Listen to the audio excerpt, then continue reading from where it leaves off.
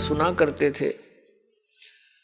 एक समय आप सुनते रहे हो जैसे ब्राह्मण लोग बच्चों का विवाह कराते हैं, जब उनके फेरे कराते हैं, हमने खूब सुना करते हम, वो क्या कहा करते, सटाट यहां से करा करते, काश्यप गोत्रा काश्यप गोत्री।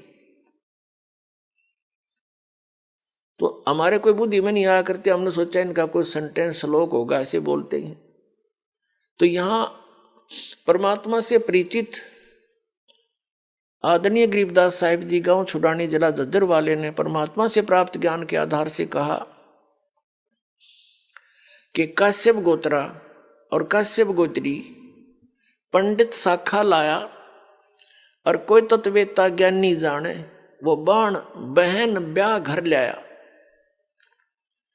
अब एक ही गोत्र की शुरू में ही बोलता है ब्राह्मण फेरे कराने वाला काश्यप गोत्रा काश्यप गोत्री, तो दोनों बाण भाई तो शुरू में बढ़ा दिए उसने। तो यहां गरीबदास जी कहते हैं काश्यप गोत्रा काश्यप गोत्री पंडित शाखा लाया, यानी उस पंडित ने ये वचन बोला, और कोई तत्वेता ज्ञानी जाने, बहन ब्याह घर लाया।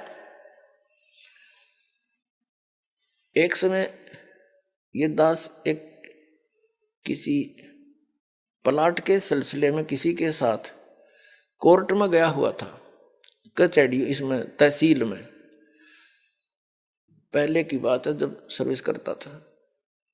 तो वहां एक नंबरदार था जो वहां गवाही गुई देते हैं, वो वहां रहते हैं तकरीबन। तो वहां कोई बात चल रही थी उनकी किसी पॉइंट पे, वहां कोई केस था, किसी लड़की ने अपने ही किसी गोत्र के लड़के से को विवाह करने की चेष्टा की थी, तो वहां जिक्र चल रहा था। तो वो पंडित वो कह रहा था, वो नंबरदार कह रहा था कि भाई मेरे 3 ब्याह हो लिए। नो बोला मेरे तीसरा ब्याह ही है, पहले वाली से एक बच्चा हुआ था, उसकी मृत्यु होगी, फिर दूसरा विवाह करा, हुआ भी ऐसे किसी कारण से नहीं साथ रह पाई, उसकी भी मृत्यु होगी, और तीसरा ईब करवाया है 10 वर्ष तक। तो तीनों बार पंडित ने अंबाण भाई तो शुरुआत बना दिए थे, काश्यप गोत्रा काश्यप गोत्री, आप ना याद होता आप भी दान कर लियो, ऐसा वो कह रहा था। तो फिर तो सब का याद आवे, वो बोले वचन, और पंडित जी भी वहीं खड़ा था एक। तो उससे पूछ रहे थे भाई पंडित जी नो क्यों कहते हो तुम? वो बोला हमने नहीं पता, हमारे सारे कहते हैं, हम भी ऐसे कहते हैं। तो यहां परमात्मा ने बताया है, गरीबदास साहिब जी ने कहा है कि काश्यप गोत्रा काश्यप गोत्री पंडित शाखा लाया, कोई तत्वेता ज्ञानी जाने, बाण ब्याह घर लाया। तो ये वहां से बिजली गिरी है या फिर यहां आकर हमने अपनी मर्यादा आप बना रखी है। उस सतलोक की नजर में, उसकी दृष्टिकोण से अगर यहां देखें तो ये ऐसा स्थान है जैसे पहले भारतवर्ष के अंदर कोई निकम्मे व्यक्ति और निकम्मी औरतें बिल्कुल बाज नहीं आया करती, गलत काम करने तय, चोरी तय, ठगी तय, जारी तय और किसी अन्य कारणों से, तो उनको सजा दी जाती थी। इंडोमान निकोबार नाम का एक द्वीप है समुद्र के बीच में, उसको काला पानी कहा करते थे। उस काले पानी में छोड़ आया करते उनको कि ये यहाँ रहेंगे तो और समाज ने बर्बाद खराब करेंगे, तो औरतों को भी और उन व्यक्तियों को भी जो घने निकम्मे टाइप के थे, उस इंडोमान निकोबार नाम के द्वीप में छोड़ कर आया करते थे। तो वहां फिर वापस आने का विकल्प नहीं, उनके पास कोई साधन नहीं था। तो वहां जैसे भी उन्होंने रहना था, कोई किसी ने कुटो छेतो, कोई किसी की इज्जत लूटो, कोई किसी का खसोट लाओ, ठाडे का राज। तो वहां फिर इस प्रकार से हजारों सैकड़ों की संख्या में व्यक्ति वहां रहने लगे। तो उन्होंने अब ऐसे जैसे तैसे अपना संतानें उत्पन्न करनी शुरू कर ली। धीरे धीरे अब वहां एक देश का रूप धारण हो गया। तो ये जो स्थान आप रह रहे हो 21 ब्रह्मांड, ये सतलोक से हम काले पानी भेज रखे हैं। यहां हमने आप पे फिर अपनी व्यवस्था बना रखी है, मर्यादाएं बनाई जीने के लिए। नाते गोत बनाए यहाँ पर रहने के लिए। तो परमात्मा हमें याद दिलाना चाहते हैं कि तुम इस गलत स्थान पर रह रहे हो, ये स्थान रहने का कौन है। अब प्रसंग उसी पर आते हैं। अब इस काल भगवान ने फिर अपनी सृष्टि अलग से रचना की। कैसे रची इसने? परमात्मा से प्राप्त उन 5 तत्वों से और 3 गुणों से अन्य रचना की। सबसे पहले इसने 3 पुत्रों की उत्पत्ति की। दुर्गा को अपनी पत्नी रूप में बनाकर इस काल भगवान यानी सरपुरुष को अब काल भगवान कहने लगे, क्योंकि काल प्रभु ब्रह्म भी इसी को कहते हैं, सरपुरुष भी इसे कहते हैं। पुण्यात्माओं, जितने भी अपने सदग्रंथ हैं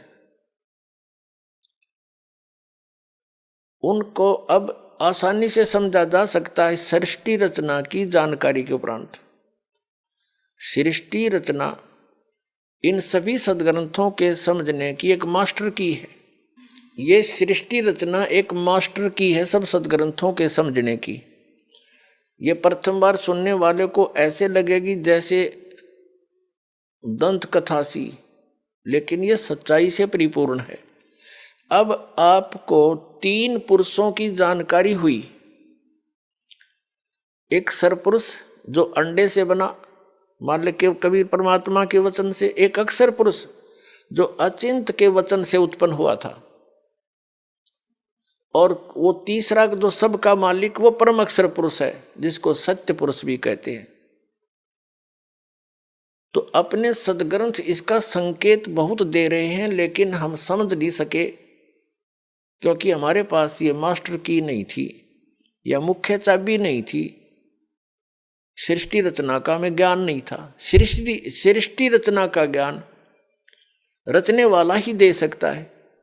तो उस परम अक्षर ब्रह्म सतपुरुष कबीर जी ने आकर के हमें यह सृष्टि रचना का ज्ञान दिया, और उस ज्ञान को दास अब आपके रूबरू कर रहा है, आपके समक्ष पेश कर रहा है और सभी सदग्रंथों से प्रमाणित कर रहा है। श्रीमद् भगवत गीता। अब थोड़ा सा आपको इन तीनों पुत्रों की उत्पत्ति बता करके फिर सदग्रंथों का रेफरेंस देंगे, आसानी तो समझ में आओगा। तो सबसे पहले इस सृष्टि रचना के अंदर और इस सारे अध्यात्म ज्ञान को समझने के लिए आप जी को एक चित्र दिखाते हैं जो आसानी तो समझ में आओगा। देखिएगा, ये एक ब्रह्मांड है, ये एक ब्रह्मांड का चित्र है। ये ऐसा समझो, ये एक ब्रह्मांड है। ये सारा कुछ, ये जो बाउंड्री नजर आ रही है आपको, ये एक ब्रह्मांड है। इसकी इलिप्टिकल शेप है, अंडे जैसी। इसको अंड भी कहते हैं, इसी को ब्रह्मांड भी कहते हैं। इसमें देखिएगा नीचे के ये 7 लोक, ये वितल, महातल, तलातल, पाताल, रसातल, सूतल, अतल आदि, और ये पृथ्वी हम जिस पर रहते हैं। और ये ब्रह्मा जी का लोक, ये शिव जी का लोक, ये विष्णु जी का लोक, इस एक ब्रह्मांड के अंदर सामग्री है। या एक ये इंद्र का लोक, ये स्वर्ग और नरक इकट्ठा ही है, ये स्वर्ग लोक कहलाता है। ये मानसरोवर, यहाँ भी एक मानसरोवर इस काल ने अलग से बना रखा है। ये धर्मराय का लोक जो धर्मराज है, जो सबका लेखा जोखा करता है। और फिर ये आ जाता है ब्रह्मलोक। ये एक ब्रह्मलोक है, इसी ब्रह्मांड के अंदर ब्रह्मलोक कहलाता है सारा। ये अक्षेत्र एक ब्रह्मलोक कहलाता है। इसमें क्या है, यहाँ बहुत बड़ा वन है, जंगल है, बाग बगीचे हैं। और ये इंद्र का, इसने काल ने इस ब्रह्मलोक के अंदर नकली रचना कर रखी है। एक महाइंद्र का द्वीप, एक नकली सतलोक, उस ऊपर के लोकों की नकल करवा रखी है। अलखलोक, नकली अगमलोक और नकली अक यानी अनामी लोक। ये इस स्थान को फिर इसने बंद कर रखा अलग से। ये बहुत बड़ा क्षेत्र है, चित्र में छोटा दिखा। इससे बाहर यहाँ दुर्गा का एक द्वीप है। ये यहाँ अलग लोक है इसका, यहाँ से ये सबका संचालन करती है। इससे ऊपर ये स्थान है जो ये गुप्त है। ये स्थान जो है इस ब्रह्मांड के अंदर ये गुप्त स्थान बना रखा है इसने ब्रह्मलोक में। और यहाँ पर इसने 3 स्थान बना रखे हैं के संयोग से जो पुत्र उत्पन्न होता है वो सतोगुण युक्त हो जाता है, उसका नाम विष्णु रख देते हैं और ऐसी ही शकल का बन जाता है। तीसरा ये तमोगुण प्रधान नक्षत्र है, इसमें ये स्वयं शिव रूप में रहता है, इसको महाशिव कहने लगे बगैर ज्ञान से। महाशिव रूप में रहता है, दुर्गा को पार्वती रूप में रखता है और इन दोनों के संयोग से जो पुत्र उत्पन्न होता है वो तमोगुण युक्त हो जाता है, उसको शंकर और शिव नाम दे करके ये अपनी सृष्टि चलवाता है इन तीनों से। और ये स्वयं यहां रहता। चलिए ये 3 स्थान है, एक रजोगुण प्रधान नक्षत्र, दूसरा सतोगुण प्रधान नक्षत्र, तीसरा तमोगुण प्रधान नक्षत्र। यहाँ ये दुर्गा को ऊपर ले लेता है, इनकी उत्पत्ति करके दुर्गा को वापस भेज देता है, इन तीनों बच्चों को यहाँ नीचे भेज देता है, कोमा में रखती है ये और फिर इनको अलग अलग स्थानों पर छोड़ देती है। इनकी राजधानियां बना करके इनको अलग अलग स्थान पर इनका विवाह करके तीनों का और अपने ब्रह्मांड का संचालन करवाता है।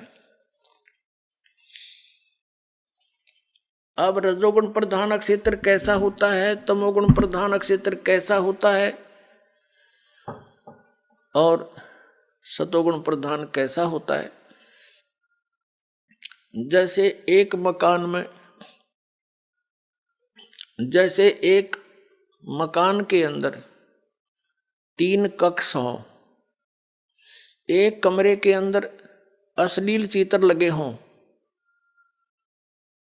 और दूसरे में चित्र लगे हों साधु संत फकीरों के और तीसरे में लगे हों शहीदों और शूरवीरों के, तो जिस कक्ष के अंदर अश्लील चित्र लगे हैं उसमें जब व्यक्ति जाते हैं उनका मन भी वैसा ही मलिन बन जाता है, वैसी भावनाएं उत्पन्न होने लग जाती हैं।